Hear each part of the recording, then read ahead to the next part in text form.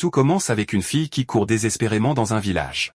Peu après, ils réussissent à coincer la jeune femme dans une impasse. Alors qu'un des voyous s'approche de la fille, il lui dit d'être sage, et elle sera encore plus belle. Mais ensuite, quelqu'un arrive pour la sauver. À ce moment-là, notre protagoniste assène un bon coup de poing sur la mâchoire du grand gaillard qui tenait la fille. Bien sûr, ça énerve les autres voyous.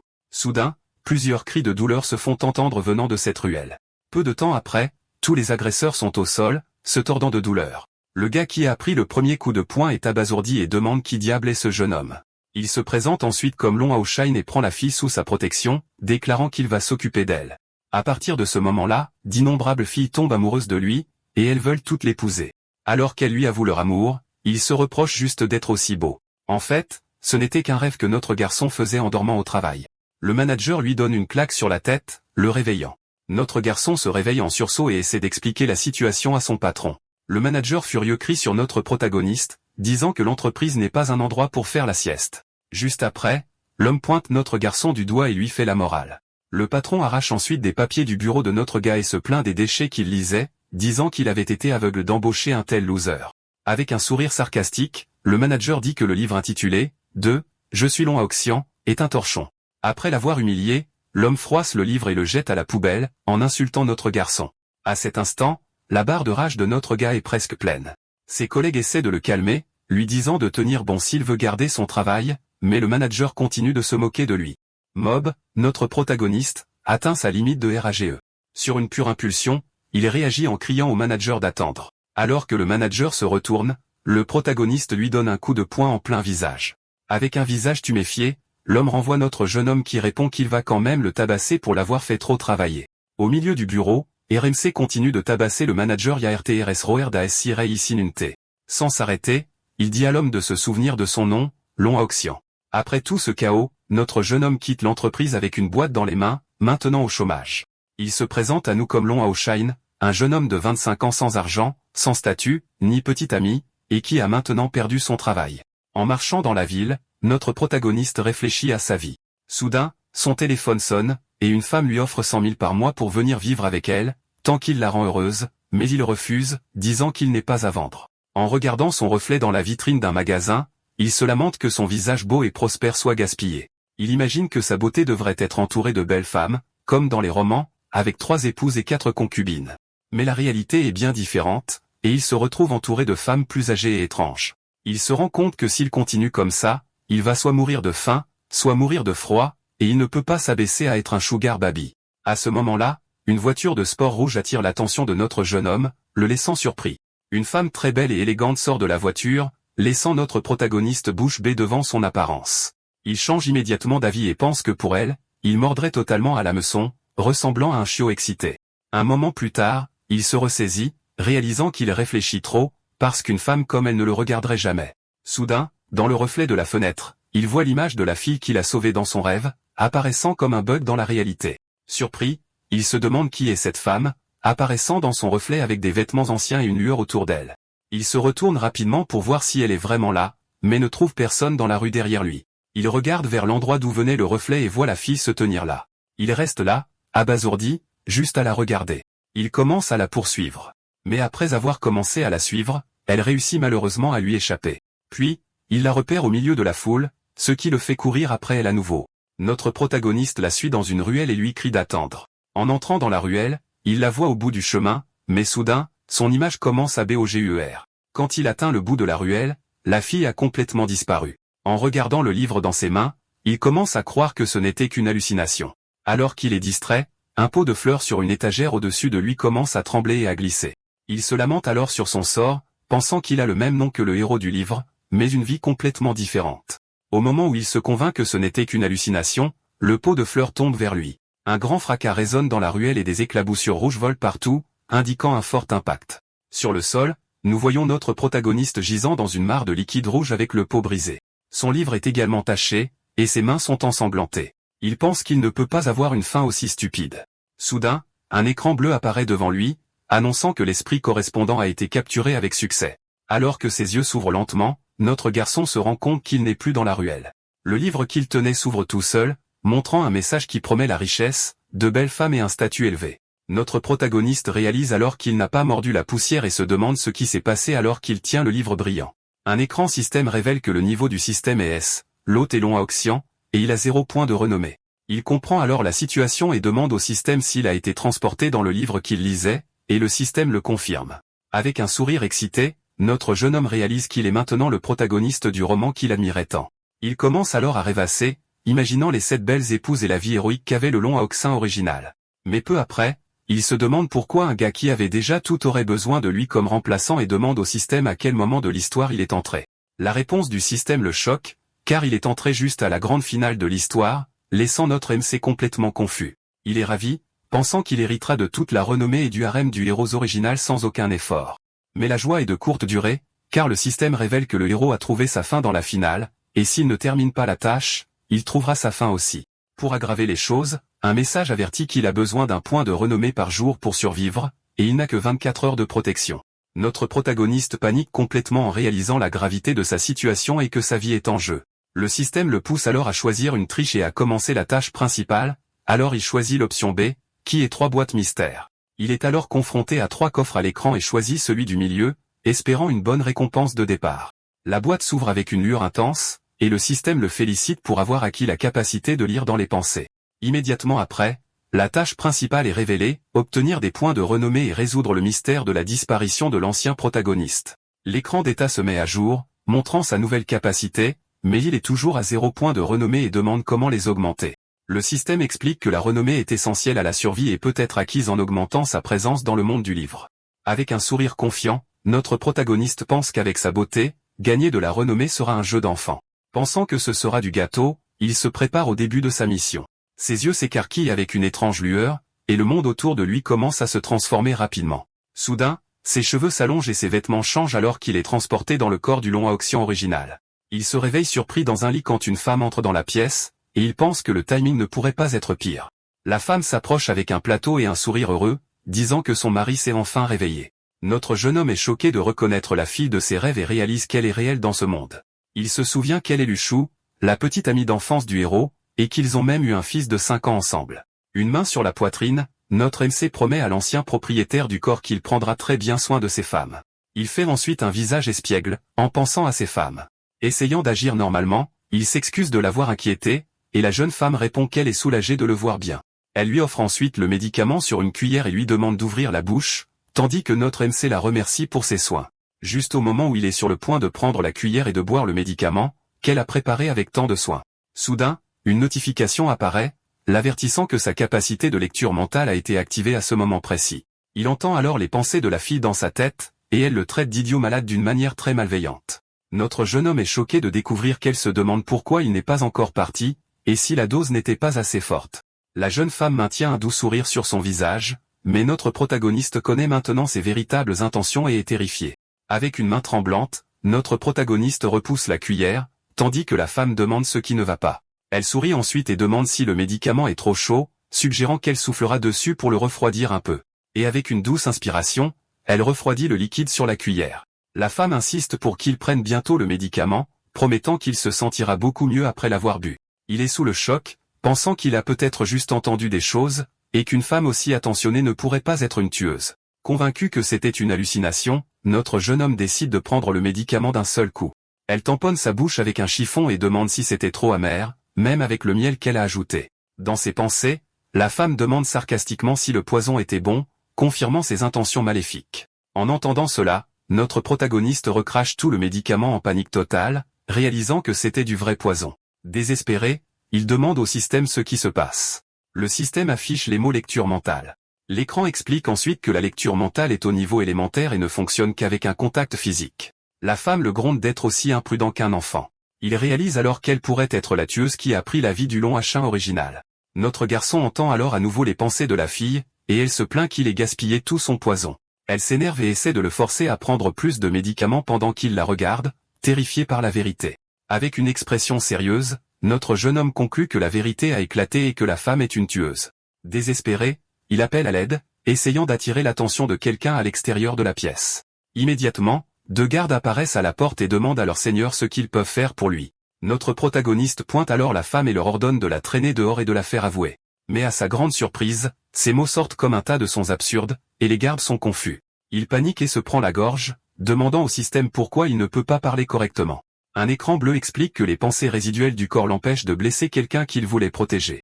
Le garçon panique en réalisant que l'ancien propriétaire du corps était un tel imbécile qu'il voulait toujours protéger son assassin. Le système affiche ensuite la tâche principale, qui est de résoudre le mystère de la disparition de l'ancien héros avec 0% de progression. RMC est confus et se demande comment la progression peut être nulle s'il a déjà découvert quelle est la coupable. La femme le gronde d'être si imprudent même s'il est un adulte, et il la supplie d'emporter le médicament. Avec un regard menaçant, elle demande s'il la force à utiliser cette méthode pour le faire boire. Elle accepte alors et notre jeune homme reste ferme, pensant qu'il n'y a aucun moyen qu'il boive ce poison. À sa grande surprise, la femme boit elle-même le médicament, et il se demande ce qu'elle prévoit de faire. Avant qu'il ne puisse réagir, elle tient son visage à deux mains. La femme se penche alors et l'embrasse par surprise, laissant notre protagoniste complètement abasourdi. Elle force le médicament qui était dans sa bouche dans la sienne, lui ordonnant de tout boire. Notre jeune homme entend ses pensées, souhaitant sa fin, afin que le poste de marquis soit le sien. Avec l'adrénaline qui monte, notre protagoniste la repousse de toutes ses forces. Il recrache immédiatement tout le poison qu'il a été forcé d'avaler pour éviter d'être affecté par le liquide. Allongée sur le sol, la femme joue la victime et demande pourquoi son mari la traite soudainement si mal. Les larmes aux yeux, elle se demande s'il a trouvé une nouvelle amante et c'est pourquoi il la rejette. Elle s'enfuit alors en pleurant tandis que notre jeune homme pense que c'est lui qui devrait dire ça. Sans perdre de temps, notre protagoniste se précipite hors de la pièce à la recherche de quelque chose pour se nettoyer la bouche. Désespéré, il se demande s'il va mourir à cause du poison et commence à boire de l'eau et à tout recracher. Le système l'informe qu'il s'agit d'un poison à action lente, il ne mourra donc pas immédiatement, et le gars se sent soulagé. Notre MC réalise alors qu'il est surveillé et lance un regard noir aux gardes avec une expression irritée. Il crie sur les serviteurs, demandant ce qu'ils regardent, et s'ils n'ont jamais vu quelqu'un avoir soif auparavant. Un des serviteurs s'approche et suggère de trouver d'autres dames pour lui, puisqu'il ne semble pas aimer celle actuelle. Avant qu'il ne puisse répondre, le système affiche un compte à rebours de survie, le plongeant dans la panique. Notre protagoniste rejette l'idée d'avoir d'autres femmes, et dit qu'il est temps de s'occuper d'autres affaires. Pendant ce temps, la femme s'éloigne en se demandant si son mari a découvert ses plans d'empoisonnement. Elle pense alors qu'elle doit se débarrasser des preuves du poison le plus rapidement possible avant qu'il ne les trouve. Avec une expression déterminée, elle regarde ses servantes qui la suivent. La femme les appelle les deux plus près, probablement pour leur donner un ordre. Soudain, une des servantes revient en courant, criant que quelque chose de terrible est en train de se produire. Notre jeune homme s'excite en entendant cela, car il réalise qu'une belle opportunité de gagner de la renommée vient d'apparaître. Il dit à la servante de se calmer et de prendre une profonde inspiration avant de lui dire ce qui s'est passé. Il pense que plus le problème est grand, meilleure est la chance d'augmenter sa présence et de gagner des points de renommée. La servante révèle alors que l'érudit Zan est à la porte du palais impérial, criant à propos de ses crimes. Notre protagoniste se souvient que Zan était le professeur de l'ancien empereur, et veut maintenant savoir quel crime il aurait commis. La servante énumère les accusations qui comprennent l'oppression des citoyens et l'élimination violente des opposants. Excité, notre MC lève le pouce et dit que les accusations sont parfaites pour sa renommée. Il se corrige rapidement et dit que tout cela est ridicule, essayant de sauver les apparences. Avec un sourire confiant, notre garçon décide d'aller voir ce que l'érudit a à dire, et le serviteur le suit avec empressement. Devant le manoir du marquis gardien, notre protagoniste crie à ses frères de le rattraper. Au milieu de la rue, notre protagoniste est porté tout en se plaignant de la vie que menait l'ancien propriétaire du corps. Il prend ensuite une gorgée d'une boisson et semble l'apprécier énormément. Se frayant un chemin dans la foule, notre jeune homme semble profiter de la vie luxueuse qu'il mène désormais. Il se souvient que Long Hao-Shine était censé être le héros de l'histoire et se demande pourquoi il y a tant d'accusations. Avec une expression sérieuse, notre garçon conclut que quelque chose ne va pas et qu'il doit comprendre ce que c'est. Il demande ensuite à un serviteur quelles accusations il a commises, et le serviteur lui demande de laquelle il parle. Notre protagoniste est choqué d'apprendre qu'il y a tant d'accusations, car il se considérait comme un jeune homme honnête. Pendant ce temps, ses gardes ouvrent un passage à travers la foule, criant à tout le monde de s'écarter. Notre jeune homme pense qu'avec autant de gens qui le regardent, sa valeur de notoriété doit avoir beaucoup augmenté. Mais le système montre que sa valeur de notoriété est toujours à zéro, ce qui laisse le garçon complètement confus. Il ne comprend pas comment sa notoriété n'a pas augmenté, même avec autant de personnes qui le regardent dans la rue. RMC a ensuite demandé au système pourquoi sa présence n'avait pas augmenté avec toute cette foule. Le système explique que sa présence n'a pas augmenté parce que ses actions actuelles ne sont pas assez bonnes. En bref, la barre de réputation laissée par le propriétaire d'origine du corps était placée trop haut. Le système l'informe ensuite qu'il doit résoudre ce problème par lui-même, ce qui le laisse indigné. Un serviteur annonce qu'ils sont arrivés à la porte du palais impérial. Soudain, notre protagoniste saute de son palanquin et crie au serviteur de s'en aller, laissant le jeune homme confus. À ce moment-là, la foule commence à lui lancer des choses et à le traiter de déchet. Notre jeune homme esquive facilement tout en réalisant à quel point il est détesté par les habitants de la ville. Avec une expression sérieuse, notre garçon se présente comme le marquis gardien et demande qui ose l'offenser. Un vieil homme s'approche alors et dit qu'il n'a pas peur du pouvoir du marquis et qu'il est là pour l'affronter. Le vieil homme commence alors à énumérer les crimes de notre protagoniste, qui inclut la cruauté et la corruption. Notre MC réalise que le vieil homme a un statut élevé et voit cela comme une excellente occasion de gagner des points de notoriété. L'aîné le pointe ensuite du doigt et demande si le gardien, marquis, plaide coupable de toutes les accusations. Avec un sourire moqueur, notre jeune homme fait semblant de ne pas comprendre et demande si le vieil homme peut parler en langage humain. Le vieil homme est choqué et furieux d'être si ouvertement insulté par notre protagoniste.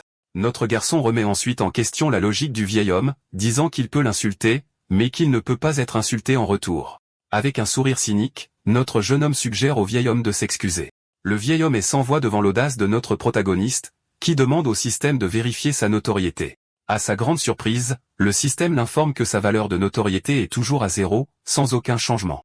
Notre jeune homme réalise que le vieil homme n'est pas une véritable menace et décide d'arrêter d'être poli. Avec un sourire méchant, notre protagoniste prévient qu'il va cesser de prendre le vieil homme à la légère. Il se souvient alors de quelque chose d'important à propos du vieil homme et semble avoir un plan en tête. Notre garçon reconnaît l'homme comme Zhang Wugi du roman, et l'aîné demande ce qu'il regarde. Sans hésitation, notre MC révèle que le vieil homme a une concubine plus jeune que sa propre petite-fille. Il l'accuse ensuite de rêvasser, pensant qu'une fille si jeune l'épouserait volontairement. Avec un regard effrayant, notre protagoniste demande si l'aîné rêve encore d'avoir la concubine. Le vieil homme devient furieux et pointe notre jeune homme du doigt, lui disant qu'il devrait regarder son propre linge sale. Notre garçon révèle ensuite que le père de l'aîné est décédé à sa naissance et sa mère quand il avait 3 ans. Il continue, disant que la famille Zhang s'est enrichie aux dépens de femmes décédées, et la foule commence à murmurer. Le vieil homme est sans voix, et notre MC lui dit de rentrer chez lui pour ne pas s'embarrasser davantage en public. Quelqu'un se présente pour interférer dans l'affaire. À ce moment-là, un jeune homme apparaît et réprimande notre protagoniste pour avoir insulté l'ancien tuteur de l'empereur. Notre jeune homme traite le type de petite tortue éclose d'une vieille et le traite de déchet. Avec un regard sérieux, notre protagoniste ordonne à l'un de ses hommes d'attraper le type qui l'a interrompu. Le serviteur commence à battre l'étudiant pendant que notre jeune homme demande qui lui a donné le courage d'insulter son seigneur. Le serviteur demande ensuite s'il doit également attraper le vieux âne, et notre protagoniste lui dit d'être doux. L'homme s'approche du vieil homme et s'excuse, tandis que l'aîné est choqué par l'audace de notre jeune homme. Avec une expression furieuse, le vieil homme a l'air sur le point d'exploser de rage face à la situation. Il pense alors que s'il peut prendre la vie de ce bâtard, il entrera dans l'histoire comme un héros, et il se frappe fort la poitrine. Soudain, le vieil homme s'effondre sur le sol, laissant le serviteur complètement confus quant à ce qui vient de se passer. Le serviteur panique et dit à son seigneur qu'il n'a même pas touché le vieil homme et qu'il ne sait pas ce qui s'est passé. Notre protagoniste s'approche inquiet, pensant qu'il ne voulait pas que quiconque perde la vie. Mais en s'approchant, le vieil homme ouvre les yeux avec une expression terrifiante et haineuse. Le vieil homme saisit fermement le bras de notre jeune homme et crie qu'il va connaître sa fin. Il sort ensuite un poignard et tente d'attaquer notre protagoniste. Le serviteur désespère car son maître est dans une situation difficile. Cependant, le protagoniste saisit facilement le bras du vieil homme. Le vieil homme crie que s'il prend sa vie, il peut retrouver sa jeunesse, et notre protagoniste est confus quant à ce qu'il veut dire. Le vieil homme est désarmé par le protagoniste d'un coup de pied. Allongé sur le sol, le vieil homme marmonne. Avec une expression sérieuse, notre jeune homme conclut que l'assassin cette fois est l'érudit Zhang Wuji. Le système affiche ensuite une progression de 1% sur la mission principale, et notre garçon confirme l'implication du vieil homme. Notre protagoniste s'approche alors du vieil homme et exige de savoir qui l'a envoyé pour lui ôter la vie. Pendant ce temps, les autres étudiants crient désespérément, suppliant le marquis de libérer leur professeur. Avec un regard furieux, notre jeune homme réalise que le vieil homme ne parlera pas et décide d'utiliser une autre méthode. Il se souvient alors qu'il a la capacité de lire dans les pensées et saisit fermement la tête du vieil homme. Notre protagoniste est choqué par ce qu'il découvre en utilisant sa capacité à lire dans les pensées. Dans une vision, il voit le vieil homme rencontrer une silhouette encapuchonnée dans un endroit sombre et mystérieux. Notre jeune homme est surpris de voir que l'érudit Zhang Wuji est impliqué dans cette réunion secrète. La silhouette encapuchonnée a ensuite offert une pilule de rajeunissement au vieil homme en échange de la faveur. Pour obtenir la pilule, l'homme mystérieux a ordonné au vieil homme de prendre la vie de Long Aoxin. Notre jeune homme essaie de découvrir qui est la silhouette encapuchonnée, mais la vision devient floue. Avec cela, notre protagoniste ne peut pas identifier la personne mystérieuse derrière la capuche. Soudain, la lecture de l'esprit est interrompue et notre jeune homme est choqué de ne plus rien voir. Il s'énerve ensuite d'avoir perdu l'information à un moment aussi crucial de son enquête. En colère, notre protagoniste presse le vieil homme et exige de savoir qui lui a donné la pilule. Le vieil homme est choqué et se demande comment notre jeune homme connaît la pilule, exigeant qu'il le lui dise maintenant. Allongé sur le sol, l'aîné le traite de méchant et s'évanouit, laissant notre garçon frustré. Le système le félicite ensuite d'avoir enfin obtenu son premier point de notoriété après si longtemps. L'un des serviteurs s'approche et demande au marquis ce qu'il doit faire de la situation actuelle. Notre jeune homme leur ordonne ensuite d'arrêter le vieil homme et ses élèves pour avoir tenté de lui ôter la vie en public. Il dit ensuite qu'il a plusieurs façons de les torturer pour obtenir des informations quand ils se réveilleront. À ce moment, une voix leur crie d'arrêter ce qu'ils sont en train de faire. En haut des escaliers, un jeune homme d'allure noble apparaît et dit que le vieux Zan est un érudit renommé dans le monde entier. Notre protagoniste l'observe avec suspicion et se demande qui peut bien être ce type qui vient d'apparaître. Il descend les escaliers et fait remarquer que ce qu'ils font est inapproprié. Que le marquis ne devrait pas traiter le vieil homme de cette façon, même s'il a dit quelque chose de mal. Notre protagoniste l'interroge ensuite, lui demandant s'il essaie de l'arrêter et s'il est du côté du vieil homme. En regardant de près, notre jeune homme remarque que la silhouette du jeune homme est très similaire à celle de l'homme en noir. Avec une expression sérieuse, notre garçon ordonne à son serviteur d'arrêter immédiatement le jeune homme. Le type au hasard est surpris par l'ordre, et demande si le marquis va contre lui. Le serviteur informe notre jeune homme qu'il s'agit de Lord Wong, mais il ne se soucie pas du nom du type. Lord Wong prévient alors notre MC qu'il ne peut pas faire ce qu'il veut, juste parce qu'il est le marquis gardien. Avec un sourire confiant, notre protagoniste dit au type de regarder attentivement, parce qu'il peut effectivement faire ce qu'il veut. Sans hésitation, notre garçon s'avance et décide qu'il va gérer la situation lui-même. Il attrape alors fermement l'épaule de Lord Wong. Le type est confus par les actions de notre jeune homme, et le protagoniste commence à entendre les pensées de Wong, l'appelant chéri, entre autres choses bizarres. Notre protagoniste est complètement choqué et effrayé par ce qu'il vient d'entendre. Il a alors une vision troublante de Lord Wong qui pince les lèvres comme pour l'embrasser. Effrayé et dégoûté, notre jeune homme frappe Wong au visage pour l'éloigner le plus vite possible. Allongé sur le sol, le type pointe notre protagoniste du doigt, choqué par ce qui vient de se passer. En regardant la main de Wong, notre jeune homme remarque qu'il ne porte aucune bague. De cela, il conclut que Lord Wong n'est pas l'homme mystérieux qui a donné la pilule au vieil homme. Même ainsi, notre protagoniste ignore cela et poursuit ce bizarre. Il commence à échanger des coups. Même en lui tenant la main, le type se plaint que le marquis ne le respecte pas. Notre protagoniste dit alors qu'il a envie de le frapper depuis longtemps. Avec une expression de rage, notre jeune homme se jette sur le type sans hésitation. Le jeune homme en bleu se défend du coup de pied de notre MC. Notre garçon continue l'attaque avec une série de coups de poing rapides. Avec des larmes dans les yeux, Lord Wong pense qu'il rompt avec notre protagoniste. Notre jeune homme est complètement confus et se demande qui diable est ce type. Il assène ensuite un puissant coup de poing dans l'estomac du type. Notre protagoniste dit qu'il n'aime pas les gens qui parlent trop. En regardant, notre jeune homme se demande s'il a réussi à gagner des points de notoriété grâce à cela. Le système l'informe qu'il a gagné 10 points de notoriété supplémentaires, et notre garçon célèbre. Notre protagoniste pointe le type tombé et demande au serviteur qui est ce bizarre. Le serviteur révèle alors que le jeune homme est en fait le beau-frère de notre garçon. Notre garçon panique et se demande s'il est vraiment le frère de sa femme. Soudain, une belle femme nommée Wong Ping apparaît et le regarde avec une expression sérieuse. Notre jeune homme se souvient alors qu'il s'agit de sa deuxième femme. Il y a 7 ans, lors d'un festival, les gens commentaient la beauté de la jeune femme d'une famille noble. Notre protagoniste est apparu pour la protéger de quelques voyous qui l'entouraient dans la rue. Sous la lumière des feux d'artifice, les deux se sont regardés passionnément et ont commencé une romance. Ils partagent alors un moment spécial ensemble. La jeune femme regarde le cadeau qu'elle a reçu, rempli de joie. Notre garçon lui a offert un bel ornement pour cheveux en gage de son amour.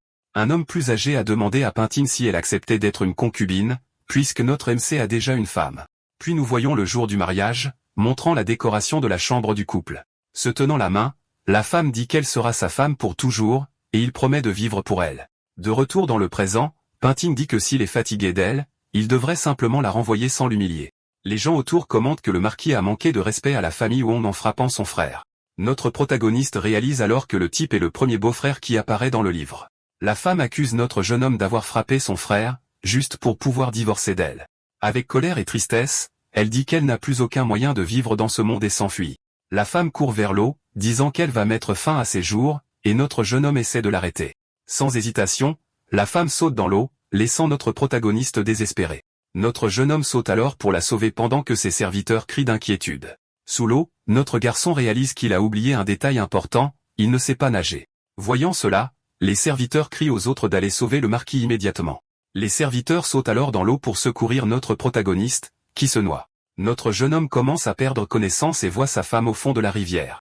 Déjà en train de perdre connaissance, sa femme nage vers lui. Soudain, la femme le serre fort dans ses bras et l'embrasse pour lui donner de l'air. Avec cela, notre protagoniste reprend conscience et est ému par l'action de sa femme. Les serviteurs ont finalement réussi à sortir notre protagoniste de l'eau. Sa femme inquiète lui demande s'il va bien pendant que notre jeune homme tousse pour expulser l'eau. La femme le serre dans ses bras, soulagée, et s'excuse pour ses actions qui ont failli lui coûter la vie.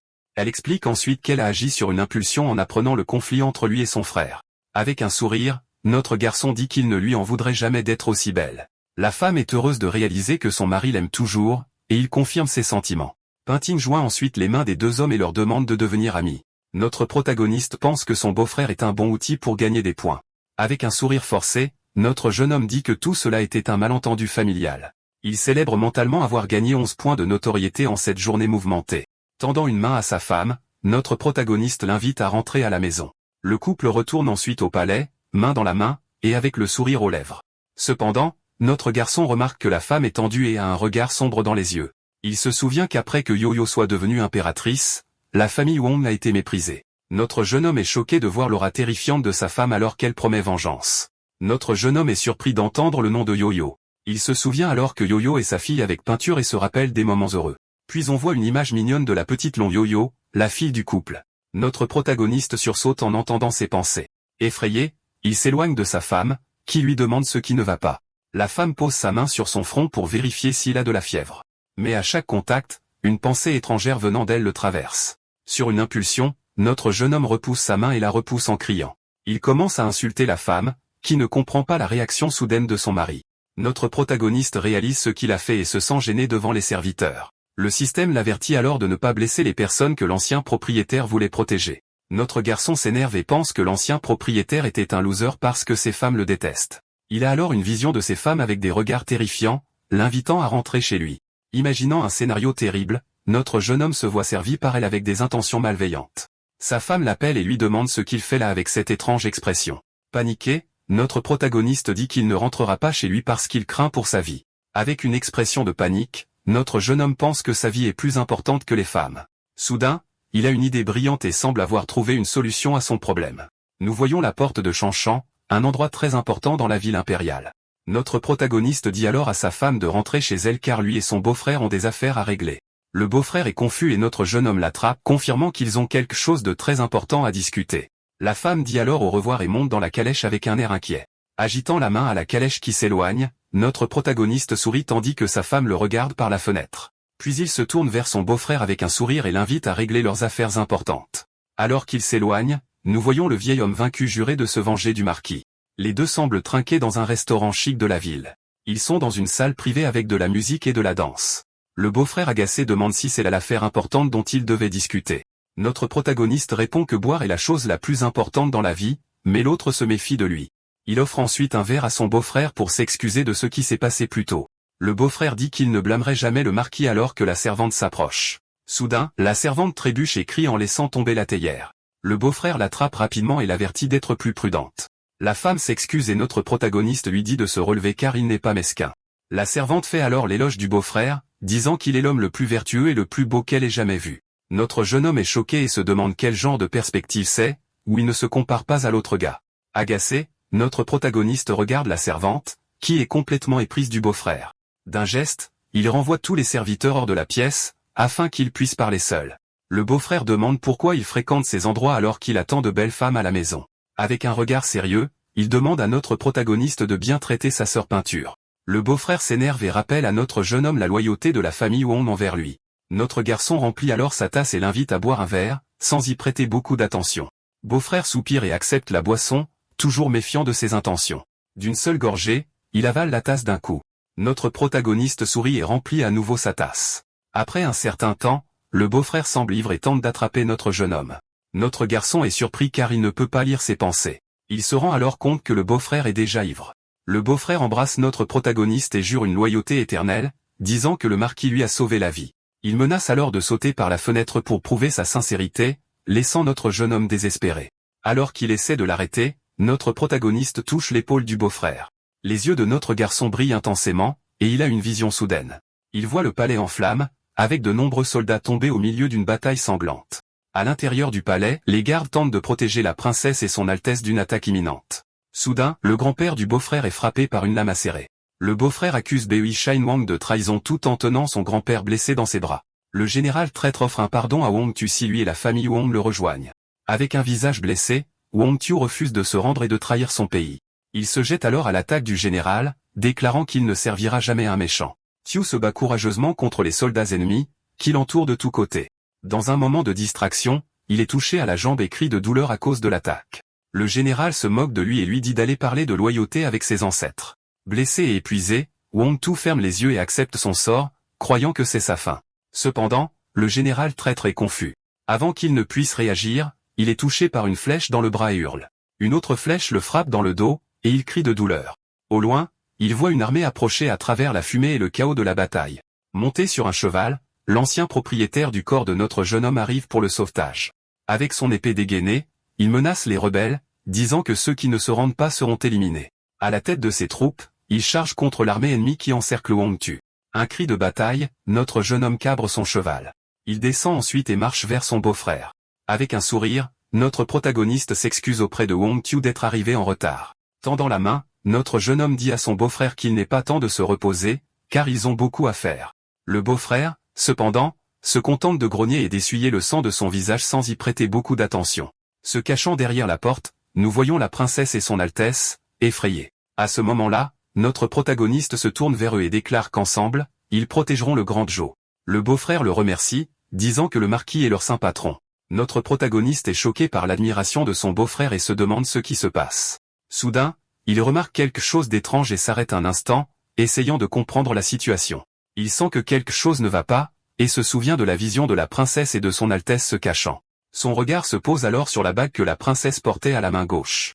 Il se souvient alors de la personne mystérieuse qui avait la même bague. Une tâche principale apparaît, lui demandant de résoudre le mystère de la mort de l'ancien marquis. Notre jeune homme se rend compte que Wang Tu était là et qu'il sait sûrement quelque chose d'important. Cependant, le beau-frère est complètement ivre et demande à boire davantage.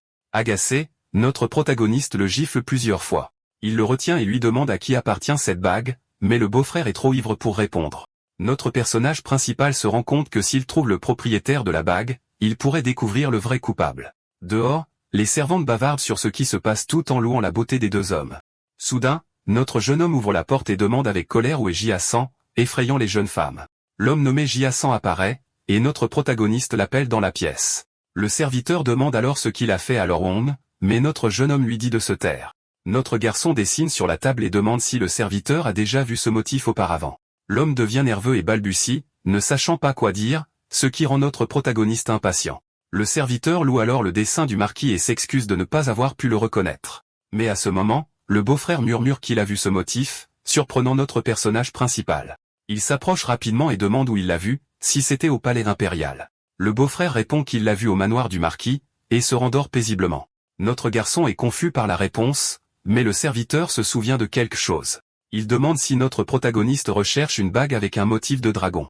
Le serviteur explique que la bague est le journal de la 5e dame, ce qui choque notre protagoniste. Notre jeune homme devient pensif et se demande qui pourrait être cette 5e dame. Notre jeune homme se souvient alors d'un flashback où l'empereur lui offrait sa fille en mariage. La femme est la princesse Shang, la marque était sa noble concubine qu'il a épousée pour ses services. Il se souvient que dans le livre, elle était la 5e épouse et appartenait à la famille impériale du royaume de Zhou. Mais en comparant l'image de la princesse avec la personne encapuchonnée, il se rend compte qu'elles ne sont pas les mêmes. Notre protagoniste décide alors de retourner au manoir pour enquêter plus en profondeur sur ce qui se passe. Une liasse d'argent et leur demande de prendre soin de son beau-frère pendant son absence. Les servantes lui font leurs adieux et l'invitent à revenir quand il le souhaite pour s'amuser. Arrivé au manoir, lui et le serviteur sautent par-dessus le mur pour ne pas être vus. Le serviteur demande pourquoi il doit sauter le mur de sa propre maison, et notre jeune homme répond que c'est un secret. En pleurant, il explique qu'il tient à sa vie car il y a 2 femmes dans le manoir qui veulent l'éliminer. Désespéré, il préférerait redevenir un inconnu plutôt que de vivre dans un tel danger. Alors qu'il saute par-dessus le mur, il finit par atterrir sur une servante qui portait un plateau. La femme est surprise de le voir et pense qu'elle a été découverte alors qu'elle allait détruire les herbes. Notre garçon se met en colère et la regarde fixement tandis que la servante désespère, ne sachant pas quoi faire. Le serviteur demande s'il va bien, mais notre jeune homme lui dit de s'occuper de la femme. Le serviteur reconnaît la femme comme l'aide de la première dame et se demande ce qu'elle fait là. Soudain, la servante se réveille et crie désespérément pour avoir heurté le marquis. Elle promet de ne plus jamais bloquer son chemin en ramassant les herbes. Jia s'en ramasse l'un des paquets et remarque quelque chose d'étrange dans le contenu. Avec un regard sérieux, il l'interroge sur l'origine et le but de ces herbes. Le serviteur se met en colère et crie aux gardes de l'emmener, mais la femme. Notre protagoniste couvre alors la bouche du serviteur et lui dit de se taire pour ne pas se faire prendre. Il se tourne vers la servante et la renvoie, surprenant le serviteur. La femme se lève alors et s'enfuit tandis que notre jeune homme égéia sans la regarde. Le serviteur prévient alors que ces herbes sont toxiques, mais notre garçon dit qu'il a ses propres plans. Avec un sourire confiant, il dit que d'abord, ils doivent aller voir son Altesse. Se précipitant précipitamment, nous voyons la servante se diriger vers la chambre de sa dame. Désespérée, la femme ouvre la porte et crie que quelque chose s'est passé. En entrant dans la pièce, elle voit sa dame avec son fils et prévient que quelque chose de grave s'est produit. La dame la gronde alors, lui disant de ne pas effrayer le jeune maître, qui tousse de frayeur. Affectueusement, elle demande à son fils d'aller jouer dehors pendant qu'elle s'occupe des affaires. Le petit obéit alors et s'enfuit avec son moulinet tandis que les deux le regardent. Sérieusement, la dame se tourne vers la servante et demande ce qui s'est passé pour la rendre si terrifiée. La femme explique qu'elle a heurté le marquis à la porte de derrière, ce qui choque sa dame. La dame demande s'il a découvert son plan. La jeune femme dit qu'elle ne sait pas, mais Jia-san a définitivement remarqué que quelque chose n'allait pas. La dame devient alors pensive et se demande ce que cela signifie, puisqu'il l'a laissé partir. Elle commence à croire qu'il a peut-être encore de l'affection pour elle. Inquiète, la servante demande ce qu'elle devrait faire maintenant, qu'elles ont été découvertes. La dame décide alors d'aller rencontrer le marquis. Avec un regard déterminé, elle dit de le garder et de l'utiliser lentement pendant que ses plans continuent. La nuit, la dame regarde son fils jouer près d'un arbre alors qu'elle l'appelle. Avec un regard déterminé, elle jure qu'elle obtiendra tout ce qui appartient à son fils. Pendant ce temps, notre protagoniste et son serviteur arrivent sournoisement au manoir du marquis. Notre jeune homme dit au serviteur de se taire car ils ne peuvent pas être vus par les autres épouses. Le serviteur se rend alors compte qu'il a peur que les autres dames ne deviennent jalouses. Jia-san montre une cour et dit qu'ils sont arrivés. Soudain, notre protagoniste est choqué de voir quelque chose d'inattendu. Il couvre rapidement la bouche du serviteur et le tire derrière un mur pour se cacher. Cachés, ils entendent la première dame être empêchée d'entrer dans la cour de la princesse. La dame dit alors qu'elle est là pour chercher le marquis, mais la servante nie sa présence. Notre jeune homme panique et demande comment elle savait qu'il était là. Il commence à sentir que sa vie est en danger à cause de ces femmes.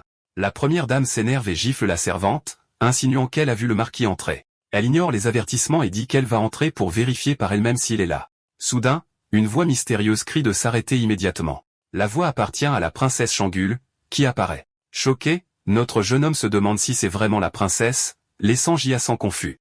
Notre garçon est hypnotisé par sa beauté, et le serviteur dit qu'elle est la plus belle de tout Jio. La princesse regarde la première dame avec un regard froid et indifférent sans dire un mot. Complètement amoureux, notre protagoniste sent son cœur battre plus vite pour elle. La princesse demande ensuite à la première dame si c'est important qu'elle soit là. La dame répond qu'elle a besoin de discuter de quelque chose d'important avec le marquis et qu'elle a besoin de le voir. La princesse dit alors qu'elle est venue pour rien, car le marquis n'est pas dans la cour. Avec un sourire, elle l'invite à entrer et à vérifier par elle-même si elle ne la croit pas. La première dame ne sait plus quoi faire, car elle ne s'attendait pas à cette attitude. Gênée, elle dit qu'elle croit la princesse et qu'elle n'a pas besoin d'entrer pour confirmer. La princesse l'invite alors à entrer, et la première dame dit rapidement au revoir. Notre jeune homme est surpris qu'elle soit partie, et le serviteur loue l'attitude de la princesse. Soudain, la princesse se tourne et regarde dans la direction où il se cache. Avec un sourire, elle appelle le marquis et lui demande s'il ne va pas sortir de sa cachette. Sans hésitation, notre protagoniste sort de sa cachette et fait signe à la princesse Shangul. Avec un sourire invitant, elle lui demande d'entrer. Une fois à l'intérieur de la cour, la princesse sert une tasse de thé à notre jeune homme. Elle l'interroge ensuite sur la raison pour laquelle il évite la première dame. Ton provocateur, la femme demande si le marquis sort avec d'autres femmes. Gênée, notre MC dit que c'est juste un malentendu et que la dame veut lui faire du mal. Elle suggère alors que s'il s'agit d'un malentendu, il devrait s'expliquer pour éviter les conséquences. Notre garçon rougit de la gentillesse et de la considération de la princesse. Le marquis essaie de changer de sujet, disant de ne plus parler de la première dame. Et juste au moment où il allait toucher sa main, elle l'évite en ramassant sa tasse. Elle boit alors son thé calmement pendant que notre jeune homme la regarde nerveusement. La femme mentionne qu'elle a entendu parler de son conflit avec le vieux savant aujourd'hui. Il demande alors si elle pense aussi qu'il a fait quelque chose de mal. La belle dame répond que ses actions visaient à aider l'empereur, donc elle ne lui en voudrait pas. Notre jeune homme s'approche et demande de quelle manière il a aidé sa majesté. Le vieil homme l'a accusé de tromper le peuple et a exigé qu'il restitue le pouvoir. La princesse répond que son frère est jeune, et sans l'aide du marquis, il n'aurait pas la gloire d'aujourd'hui. Dans ses pensées, elle se souvient à quel point l'aide de son MC a été cruciale pour eux. La femme continue, disant que le marquis se consacre à la protection du grand Jio, et qu'elle et son frère le comprennent. Avec un regard suspect, notre protagoniste se demande si elle dit la vérité. Il dit qu'il pensait que les frères et sœurs voulaient se débarrasser de lui, comme les autres. Soudain, la princesse s'agenouille et dit que s'il ne la croit pas, elle peut être punie. Désespérée, la femme lui demande de ne pas écouter les calomnies et d'arrêter les méchants qui convoitent le trône.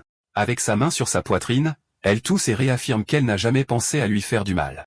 Elle jure que si elle était infidèle au marquis, elle serait frappée par la foudre. Notre protagoniste est convaincu par sa promesse et lui demande de se relever rapidement. À ce moment précis, un éclair traverse le ciel, les surprenant tous les deux. Les deux se regardent en silence, complètement choqués par la coïncidence. La princesse commence à tousser de manière incontrôlable, laissant notre jeune homme inquiet.